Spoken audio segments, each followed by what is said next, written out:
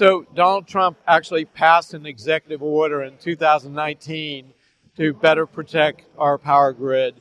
That was codified into law in 2020.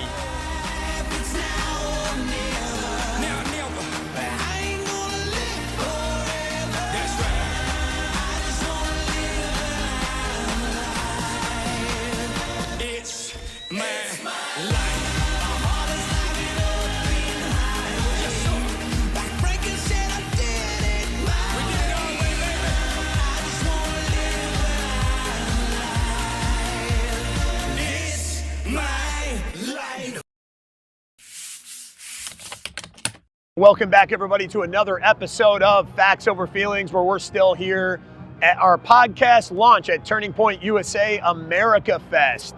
And I'm really excited for our next guest here that we have here today. He's an incredible individual, Mr. David Tice. He's a producer, a director, an award-winning documentary by Dennis Quaid, Grid Down, Power Up. He's a father, he's a grandfather, he's an entrepreneur. He does it all. Welcome to the show today, David. Well, that's a great first name, too. Yeah, well, so good to be with you, David, and congrats on this launch. What a great place for the launch, right? Yeah, absolutely. I couldn't think of a better place for it. The energy here is just compelling, and so many young patriots, that are America's in good shape with this kind of organization exemplifying America's youth. Yeah, absolutely. So let's tell the audience about a little bit about you, your journey, and your American dream story, because everybody's got an American dream story, and I'd love to hear yours. So I grew up in Kansas City, Missouri, actually, and ended up going to TCU as an accounting major, ended up starting my own business at 31, was managing a mutual fund that grew to $1.6 billion. That's 1.6 billion with a B, right? Yes, that's with a B, yeah. And what would you say has been a byproduct of that so far? Going from the place of unawareness, complacency, to now you got that beacon on the hill, I'd call it, with this new award-winning documentary out there. How has that shifted the attention on this issue now? Well, people are starting to pay attention. People are waking up. I think one of the side benefits is people go to Costco and buy some extra food for their pantry. They might think about a plan B getaway, if the ship really does hit the sand and we get in big trouble. And they're starting to write legislators and regulators. We have a mechanism on our website at griddownpowerup.com. In the top right-hand corner, it's the participate tab. And they just, with a few clicks of their mouse, they can send pre-written emails and make phone calls to their regulators, legislators, and members of board of directors of their public utilities. No, absolutely. I'd be curious your thought on the impacts of our last administration that we had with Biden, because I'm always a firm proponent. If you're going to make change, depending on the complexity of the change, usually it has to be slow and methodical to have the right kind of impact and to have everlasting change. And what really he did, he pulled the rug from underneath the pipeline, went on this aggressive stint when our grid is not prepared to go all electric. I think he had a bold plan by, by 2030 or 2040, he wanted to ban the sale of gas-powered cars, which to me didn't seem like our grids are going to be anywhere near the capacity ready to sustain that in America. So what damage did this prior administration have, do you think, in your opinion? And then how do you think things are going to shift under this new administration with Trump getting back in office? So Donald Trump actually passed an executive order in 2019 to better protect our power grid. That was codified into law in 2020. But then there was a lot of delegations that were made to various agencies such as DOE, Department of Homeland Security. Yep. And unfortunately, all that action essentially hibernated and got killed, during the Biden administration. So as soon as we started to get momentum, they just clipped it. Yeah. And arguably, we probably took that momentum and then went backwards 10 steps. Actually, there was an executive order relative to Chinese transformers, and that was nullified and eliminated, on one of the first days in Biden's administration. And I guess if you had, and I'm definitely going to be checking out the documentary after this, but if you were to, lay out a simplified high-level overview of what you would do to curate this problem that we have in America right now, like what does that look like? I'll bet a number of your viewers probably watched the movie Oppenheimer, which was about a Manhattan Project. So I feel like we need a Manhattan Project with the best scientists and engineers in the world. And you mentioned almost treat it with a level of urgency like a COVID pandemic, right? Exactly. Yeah. And you mentioned electric cars. Well, we also have greater demand for electricity with Bitcoin mining and then AI and all these data centers, et cetera. The grid needs to be 3 times bigger by, say, 2035.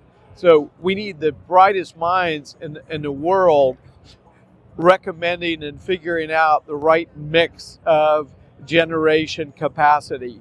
I think we need more nuclear. We need SMR, small modular reactors. And do you think that's attainable, to getting to that milestone by 2035? Well, yes. I mean, America, we ended up building an American highway system, under Eisenhower very quickly. We have a positive closing to the movie where we say America can do great things when we have our back up against the wall. Oh, we converted our industrial economy to an arsenal of democracy to fight the Third Reich and to win World War II. So we can do that. We need the right mix of renewables. We can't be 100% solar, but we need nukes, we need more geothermal, we need more microgrids, and that's what we need. But we need to protect what we have right now. So getting to this, curating this problem, if we were ambitious enough and aggressive enough by 2035, we're talking about, that's 10 years from today. What could we do in the interim, in the short term, to start creating some layers of protection early on with this exposure that we have today? Well, we need better regulation. We need to force the utilities to protect to a higher degree. Our film talks about 4 major threats: physical attack, a EMP, an electromagnetic pulse, a geomagnetic disturbance, which is essentially a natural EMP coming from the sun, or a cyber attack. So we need to protect right now the most critical nodes of our substations and our generation facilities to prevent, the bad guys taking it out or the sun taking it out. And I guess, is there anything else there too, like fellow Americans that might be listening to this and they have the means to be a little bit proactive within the realm of control of what they can do? What could Americans do to try to protect or isolate themselves and their families right now, in your opinion? They need to be ready for a blackout. And, frankly, they need to get a little bit less soft.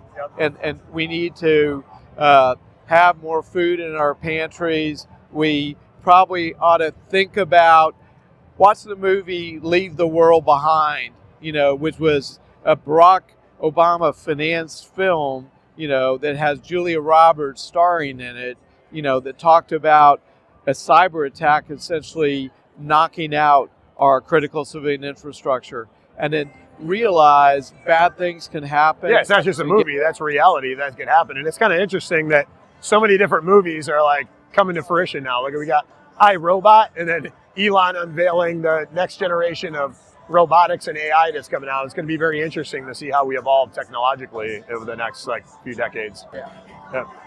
Yeah. And I just say that because I was actually trying to produce something, and maybe we'll have to talk after this. Because I came up with a concept for a feel-good show, and that was one of the challenges that I was having, is finding that right party that had the similar values that could get our project off to the races. So I basically came up with a TV show, kind of like Extreme Home Makeover. We wanted to call it Extreme Getaways. We basically find families that don't have the money, they don't have the time to build family memories like every family should. And we built a project and actually filmed it, where we found this baseball family back in Rochester, New York, where my hometown was. law enforcement officer. He was missing all of his kids' baseball games and just working double duty. So we nominated them, brought them down to a minor league baseball stadium, told them about our show, Extreme Getaways, and we're going to nominate them with our first ever Extreme Getaway. But then told mom and the son that unfortunately dad can't make it again because he's got to work. We flew him down, and we actually closed out and rented out the Field of Dreams in Dialsville, Iowa, where they produced the movie out there. Perfectly preserved. Had dad waiting in the cornfield, brought mom and son and daughter down there, and then had catch on the field, had it closed off, Kevin Costner's house, recreated the iconic father-son catch moment. Because when I was having a catch with the son, I overthrew the ball, and that was dad's cue to come out of the cornfield and then meet his kids. So we made this feel-good flick and got a lot of real good attention to it and interest, but we just couldn't find the right alignment, I guess, in Hollywood to get somebody with the right values to help produce it for us.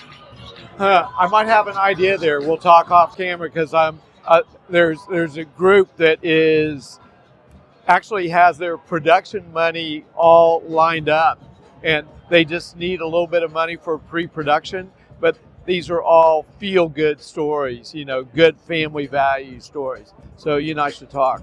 Yeah, no, that'd be amazing. And yeah. I like to ask this question to everybody.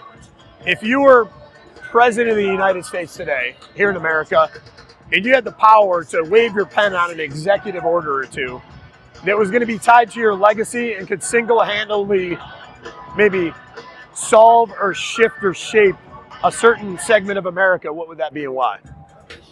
I would say protecting the power grid right now. Yep. And what Donald Trump did back in 2019, that bill, that executive order could be improved some, but we have to protect our grid.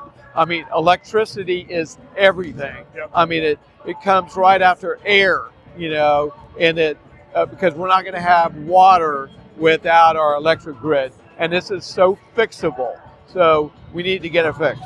And last but not least, the final question we like to ask all of our guests is, what does facts over feelings mean to you? So I'm an analyst. So I'm a chartered financial analyst. So I'm all about facts. And, because the data doesn't lie. Yeah. Unless somebody manipulated it. And I'm a believer that, you just gather data points and you analyze things and then look for data. And you have to, in these days with all the disinformation out there, you have to be very judicious about, the facts and making sure they're facts and not, somebody giving you disinformation. But facts are everything. No, absolutely. I completely agree. And it's been an absolute pleasure meeting you and having you on the show. Super grateful for you to be here.